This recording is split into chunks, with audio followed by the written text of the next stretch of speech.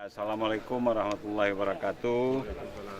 Pagi ini kita sedang di Komplek Dayah Darul Abrar bersama Kepala Dinas Pendidikan Dayah dan Abu Pimpinan Dayah. Kita bersyukur karena hari ini Darul Abrar sudah menyelesaikan satu unit gedung asrama putri Darul Abrar. Mudah-mudahan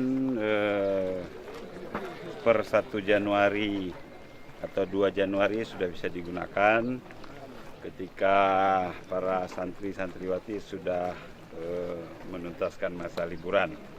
Sekali lagi selamat kepada Abu, pimpinan Dayah semua, para santri-santriwati.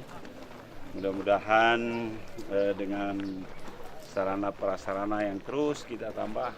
Ini ada masjid, mungkin sebentar lagi juga nanti Pak Kadis kita lanjutkan terus.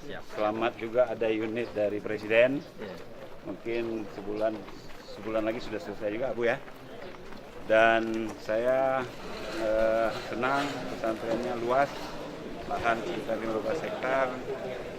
Mudah-mudahan ini bisa mendukung program Aceh Careng menuju Aceh Hebat.